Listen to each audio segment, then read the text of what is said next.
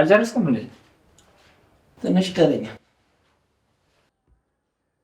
እኔ የምልህ ይህን ነገር ጠልቀን ገብተን ብንቋጫው ምን ይመስላል?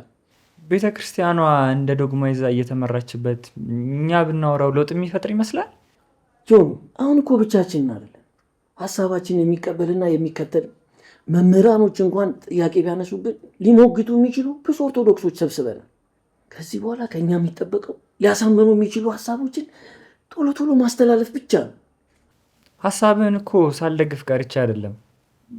ነገር ግን እስካሁን ከመጣንበት አንጻር ይህንንም ጉዳይ ዝም ብለን ተናግረን እንዳናልፈው ብዬ እኮ ነው። እንዳይመስልህ እስካሁን ያነሳናቸውን ቢሆን የወደቀ ስጋ ብትል፣ ገድላትና ድርሳናትን መቀበል እንዲሁም ስለ ሎካል ቸርች ሀሳብ በምዕመናኑ ብቻ ሳይሆን በመምህራንና በሊቃውንቱ ጭምር ተጽዕኖ መፍጠር ችለናል። በጣም ብዙ ተከታዮችም እኮ አፍርተናል። እነዚህን ሀሳቦች እያበዛናቸው በሄድን ቁጥር ተሰሚነታችን እያደገ ስለሚሄድ ወደ እኛ ሀሳብ የሚመጡ ምዕመናን ብቻ ሳይሆን መምህራንና ሊቃውንት ጭምር ናቸው። ስማ፣ ያ ደግሞ ዋና ግባችን መሆኑን አትርሳ። ጥሩ በል በቃ አረብሽ፣ ቶሎ ጨርስና እኛ የምንውጣ። እኔ የምልህ ግን ይሁን ወይ ማለቴ ለፍቅረኛ ለአቤል እህት ለምን የእኛን ሀሳብ አታነሳላት? እኛ ክላስ ውስጥ የምናነሳውን ሀሳብ እሷ ደግሞ ቤት ውስጥ ታነሳለታለች። እኛን አልቀበልም ካለ በእህቱ በኩል ሄደን ተጽዕኖ ውስጥ መክተት እንችላለን እኮ። የሚገርም ሀሳብ ነው። እሷ ካመነችንና የእኛ ንብረት ከተቀላቀለች እኮ ከነ አቤል በኩል የሚመጣብንም ጫና ቀለል ይላል ማለት ነው። በትክክል እነሱን ማሳመንና ማረጋጋት ከቻለን የተነሳንበትን ሀሳብ ታርጌት መታል ማለት አይደል?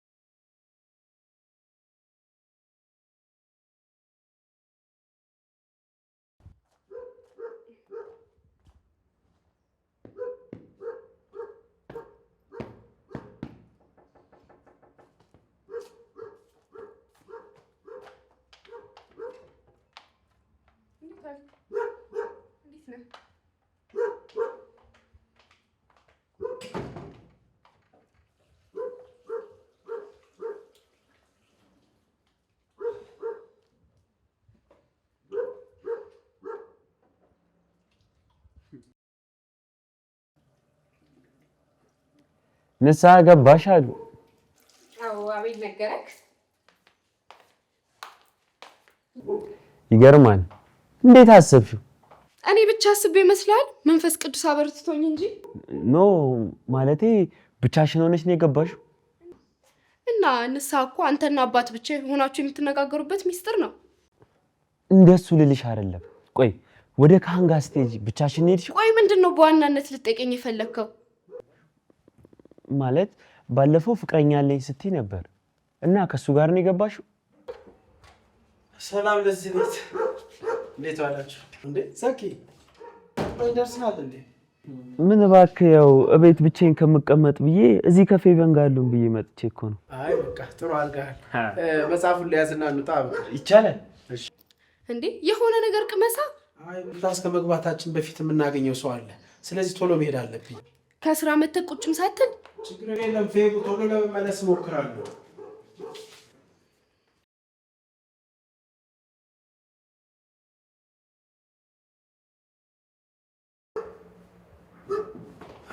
በቃ እንውጣ። ዘኪ ቻው። በቃ ቻው።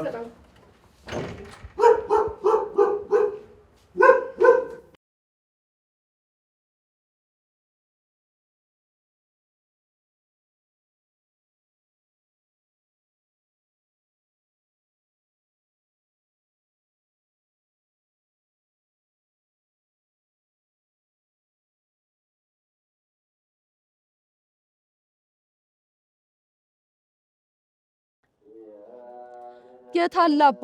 የት አለ? የት ነው? ተረጋጉ እስቲ ማይ ተረጋጉ። አረፍ ይበሉና ማይ ተረጋጉና አረፍ ይሉ ቁጭ በሉና ቁጭ ብለን እንነጋገራለን። እባክዎ አባቴ አይቼው ልቤ ይረፍ። በዚህ በከፋ ዘመን ድንገት ጠፍቷል ተብሎ ስንት ክፉ ያሰብንበት ልጅ አይቼዋለሁ እኔ ጋ ነው ብለው ሲነግሩኝ ሳላየው እንዴት ልቤ ያርፋል? ኃይለ ጊዮርጊስ ኃይለ ጊዮርጊስ እሰይ እሰይ እሰይ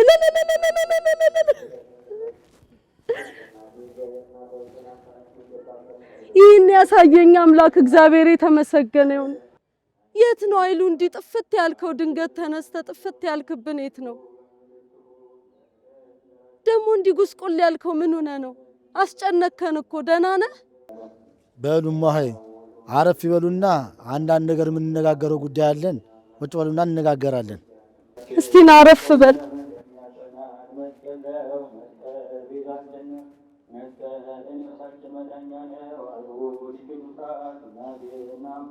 እንግዲህ እግዚአብሔር የጠፋብንን ልጃችንን መልሶልናል።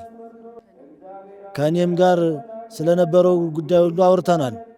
አሁን በቀጣይ የተፈጠሩትን ነገሮችን ለማርገብ ከልጁና ከልጁ እናት ጋር እንዲገናኙ ትናንት ስለሆነው ነገር ይቅርታ መጠየቅ እንደሚፈልግ አውርቶኛል። ተገቢ ነውና እንዴት እናድርገው የሚለውን ለመወያየት ነው እሱንም የጠራነዎት። ወይ ጉድ! ይቅርታው ሁሉን የሚያበርድ ቢሆንም ልጅቱ ግን ሁሉን ነገር ጨርሳ ወደ መጣችበት ለመሄድ ወስናለች። የነገሮች መገጣጠም የሚገርም ነው። ተገናኝታችሁ ለማውራት ከዛሬ የዘለለ ቀን የላችሁም። እንዴት እንደሚሆን እኔ አላውቅም። በዋናነት እሱ ሊያገኛት የፈለገው ከዚህ ቀደም እሷ ላይ ለፈጸመው በደል ይቅርታ ለመጠየቅ ስለሆነ ብዙ ጊዜ አያስፈልግም። አጭር ሰዓት ነው የሚያስፈልጋቸው። ስለዚህ ከመሄዷ በፊት ባለው አጭር ሰዓት እንዲገናኙ ማድረግ ይቻላል። እስቲ እንግዲህ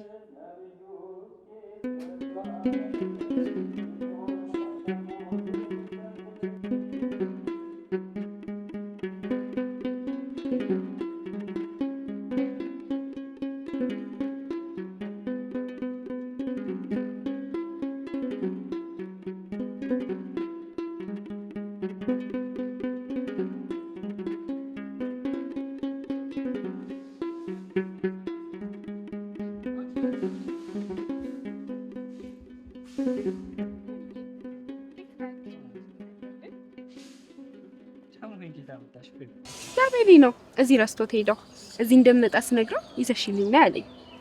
አይ አቤል ከባድ ሰው ነው ማለቴ አሁን እዚህ መጽሐፍ ላይ አንዳንድ ልክ ያልሆኑ ሀሳቦች አሉ። ስለነሱ ውይይት ካነሳን ቀጥታ ወደ ክርክር ነው የሚገባው። ምን ብላችሁን ሀሳብ የምታነሱት? አንቀበለውም አይደል? አዎ ትክክል ያልሆነና ማንቀበለውን ሀሳብ እኮ አንቀበልም ማለት እንችላለን። ቆይ አንተ ነው ወይስ ቤተክርስቲያን ናት ለዚህ ስልጣን ያላት? በእርግጥ ቤተክርስቲያን ነች፣ ግን ደግሞ እሷ ዝም ስላለች ምን ይህን ጉዳይ መቀበል የለብኝም። አየህ ወንድሜ፣ ለኔ የምታማው የራስና የጓደኛህን ግትር የሆነ አቋም ይዘህ እንጂ ቤተክርስቲያን ልክ አይደለም ብለህ አይደለም። ይህ ደግሞ ጥፋት ነው፣ ምንፍቅናም ነው። የሚገርመው ወንድሜ ክፍላቸው ውስጥ ረባሽ ተማሪዎች እንዳሉና ቤተክርስቲያንን በእነሱ ልክ ሊሰፋት የሚፈልጉ አንዳንዶች ተነስተዋል እያለ ከጓደኛው ጋር ሲያወራ ሰምቼዋለሁ። እሱ አሁን የእኛን ሀሳብ ሳይረዳ ቀርቶ ይመስልሻል ፌቡ? ህሊ ይዞት እንጂ አይደለም። ወንድሜን አውቀዋለሁ።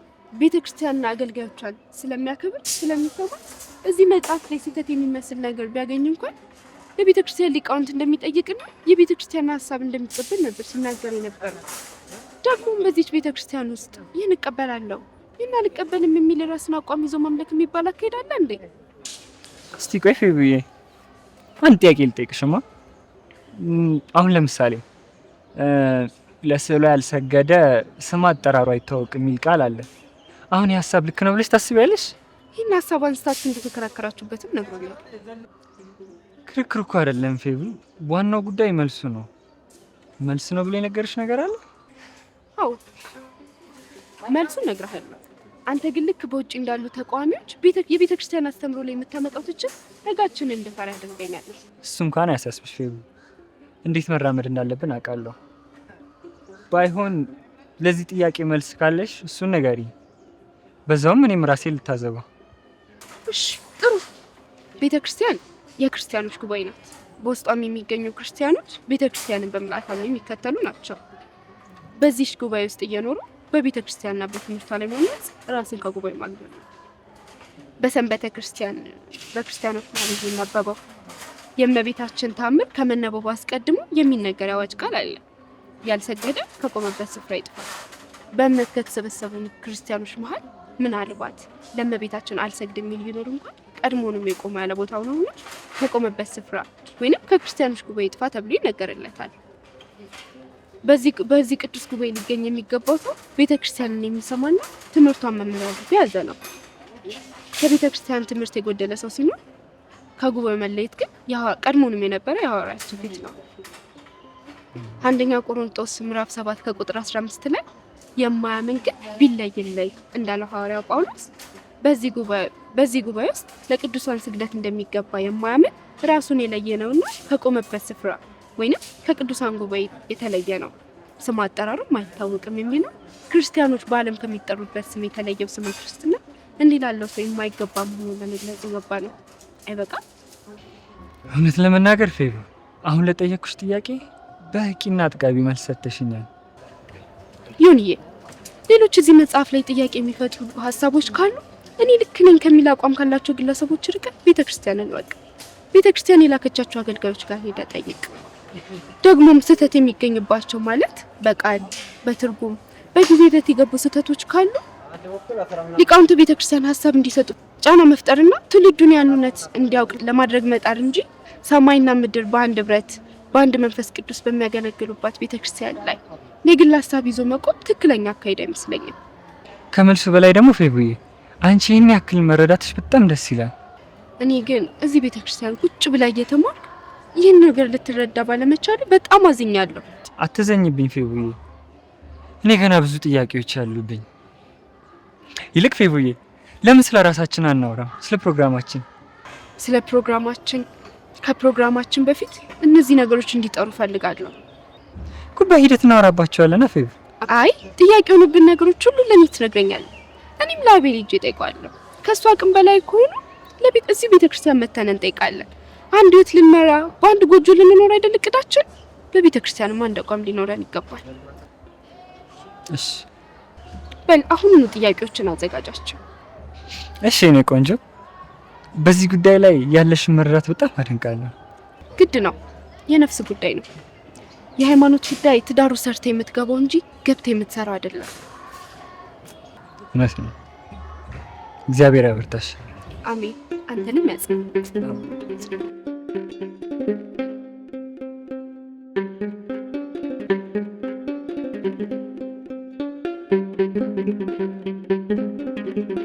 እና አንቺ ቀድመሽ ለወንድምሽ ጊዜ ሳይደርስ ንገሪው።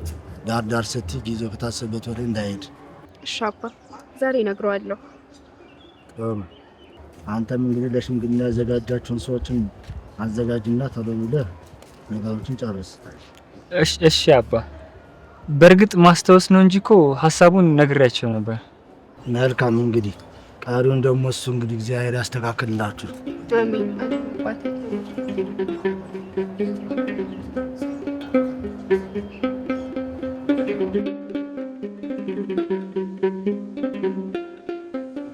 ዛሬ ምን ነው ብቻህን?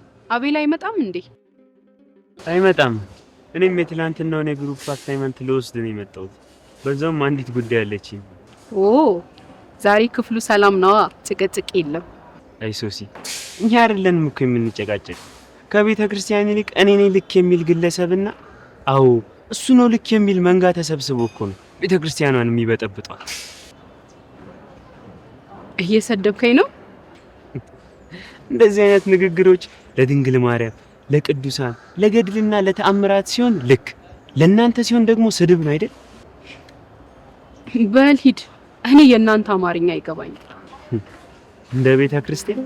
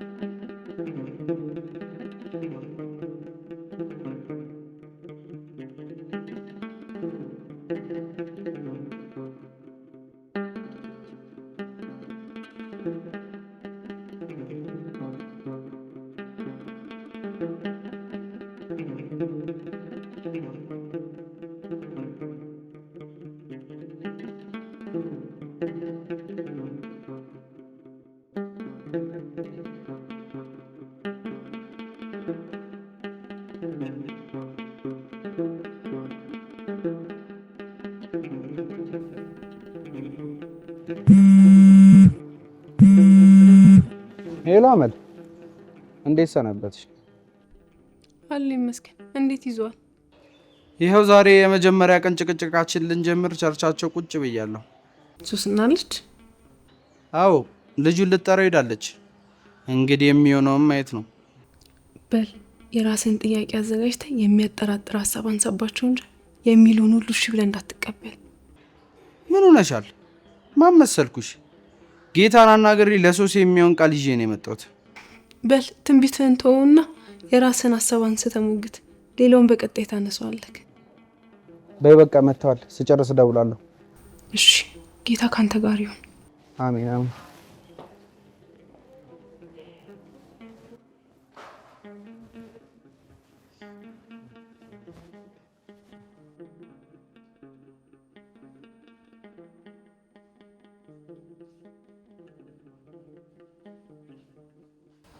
አንቺ ሴት ምነው ሀሳብ አብዝተሻል?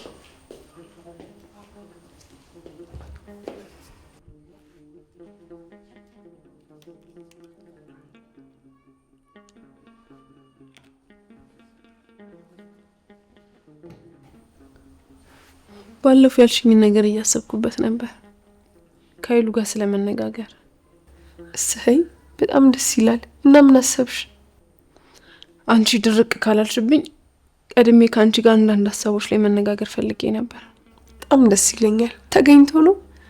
እሺ ታዲያ ስለምናወራ ስለ ምልጃ ማለት የጌታን አማላጅነት ለምንድን ነው ለቅዱሳኑና ለማርያም የምትሰጧቸው? ምሪ አንቺ ከሌላ ኦርቶዶክስ በተሻለ መጽሐፍ ቅዱስ ታነበልሽ፣ መረዳቱም አለሽ ብዬ አስባለሁ።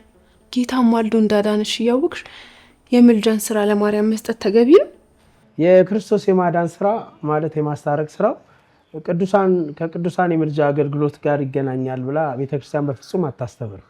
ኢየሱስ ክርስቶስ አማልዷል፣ አዎ አማልዷል። ስለዚህም ነገር በመጽሐፍ ቅዱስ በዕብራውያን መልእክት ምዕራፍ 5 ቁጥር 7 ላይ በግልጽ ጸሎትና ምልጃን አቀረበ፣ እግዚአብሔርንም ስለመፍራቱ ተሰማለት ብሎ ገልጾታል።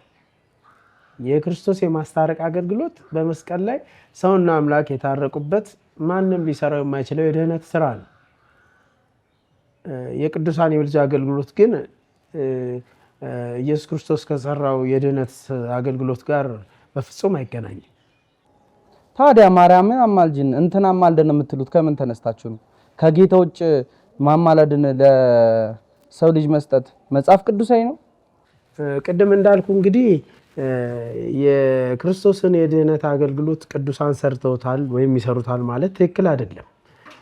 ኢየሱስ ክርስቶስ በመስቀል ላይ ስጋውን ቆርሶ ደሙን አፍርሶ ዓለሙን ከራሱ ጋርና ከእግዚአብሔር ጋር ያስታረቀበትን የድህነት ስራ ፍጡራን ሰርተውታል ማለት ትክክል አይደለም።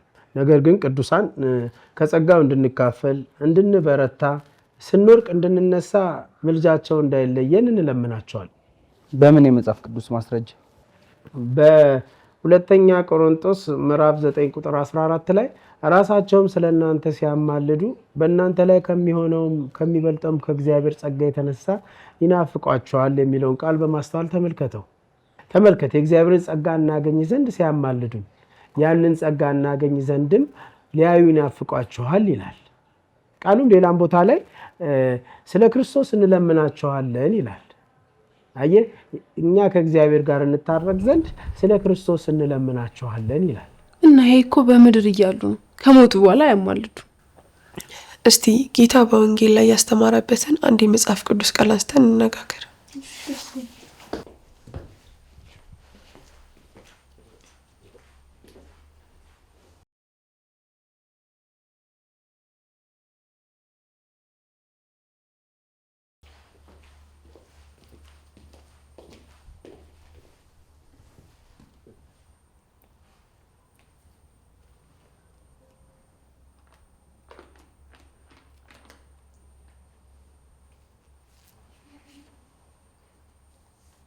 የሉቃስ ወንጌል ምዕራፍ 16 ከቁጥር 19 ጀምሮ እንዲህ ይላል። ቀይ ልብስና ቀጭን የተልባ እግር የለበሰ አንድ ባለጠጋ ሰው ነበረ። ዕለት ዕለትም እየተመቸው በደስታ ይኖር ነበር። አልዓዛርም የሚባል አንድ ድሃ በቁስል ተወርሶ በደጁ ተኝቶ ነበር። ከባለጠጋውም ማዕድ ከሚወድቀው ፍርፋሪ ሊጠግብ ይመኝ ነበር። ውሾች እንኳ መጥተው ቁስሎቹን ይልሱ ነበር። ድሃውም ሞተ። መላእክትም ወደ አብርሃም እቅፍ ወሰዱት። ባለጠጋውም ደግሞ ሞተና ተቀበረ። በሲኦልም በስቃይ ሳለ አሻቅቦ አብርሃምን በሩቅ አየና አልዓዛርንም በቅፉ እርሱንም እየጮኸ አብርሃም አባት ሆይ ማረኝ፣ በዚህ ነበልባል እሰቃያለሁና የጣቱን ጫፍ በውሃ ነክሮ ምላሴን እንዲያበርድልኝ አልዓዛርን ስደድልኝ አለ። አብርሃም ግን ልጄ ሆይ አንተ በሕይወት ሳለ መልካም እንደተቀበልክ አስብ፣ አልዓዛርም እንዲሁ ክፉ። አሁን ግን እርሱ በዚህ ይጽናናል፣ አንተም ትሰቃያለህ። ከዚህም ሁሉ ጋር ከዚህ ወደ እናንተ ሊያልፉ የሚፈልጉ እንዳይችሉ ወደ ያሉ ደግሞ ወደ እኛ እንዳይሻገሩ በእኛና በእናንተ መካከል ታላቅ ገደል ተደርጓል አለ። እርሱም እንኪያስ አባት ሆይ ወደ አባቴ ቤት እንድትሰደው እለምንሃለሁ፣ 5 ወንድሞች አሉኝና አብርሃም ግን ሙሴና ነቢያት አሏቸው፣ እነርሱን ይስሙ አለው። እርሱም አይደለም አብርሃም አባት ሆይ፣ ነገር ግን ከሙታን አንዱ ቢሄድላቸው ንስሐ ይገባሉ አለ። ሙሴና ነቢያትም የማይሰሙ ከሆነ ከሙታንም እንኳ አንዱ ቢነሳ አያምኑም አለ።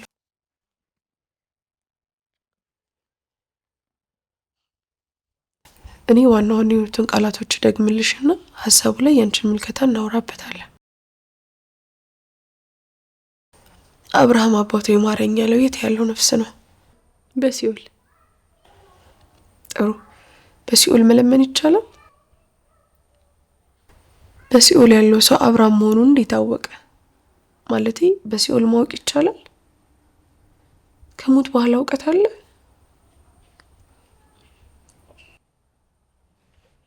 አብርሃም በሲኦል ላለው ሰው መልስ ሰጥቷል አይደል?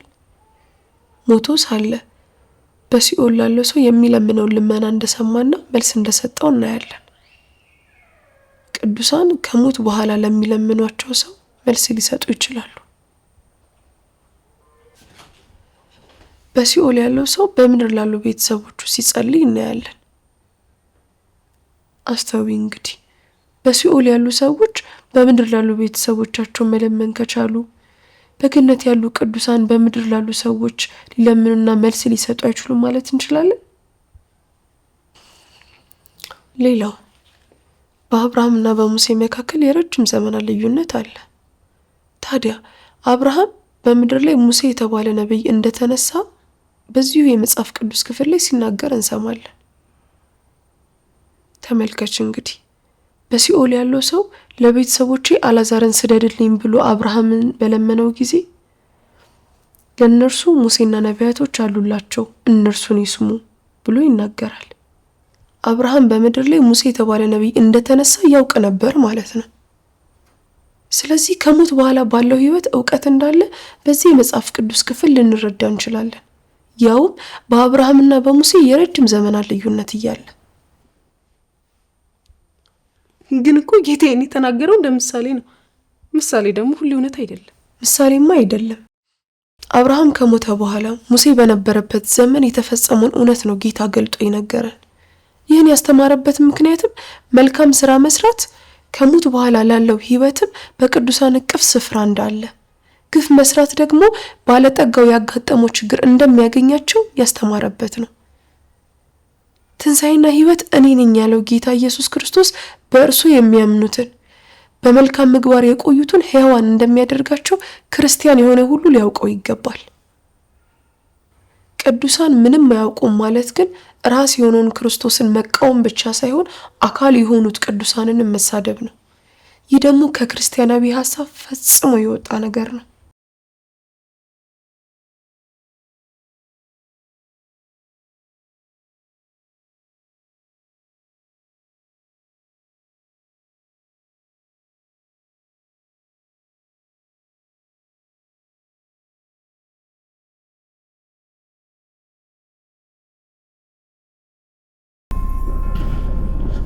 የት ነበርሽ? ቤተክርስቲያን። ምን ነው? ከማን ጋር ማለት? ዮናስ ማለት ግን ማን እንደሆነ ታውቂያለሽ? በቡድን ሆነው ቤተክርስቲያንን የሚነቅፏት፣ የሚተቿት፣ አቋም ይዘው ደግሞ የሚያጥላሏት እሱና ጓደኞቹ እንደሆኑ ታውቂያለሽ? ቆይ የት ነው የተዋወቃችሁት? የትስ ነው የተገናኛችሁት? ስራ ቦታ። ፌቨን ከዚህ በኋላ እዚህ ቤት ስለዚህ ልጅ ጉዳይ ዳግም እንድናወራ አልፈልግም።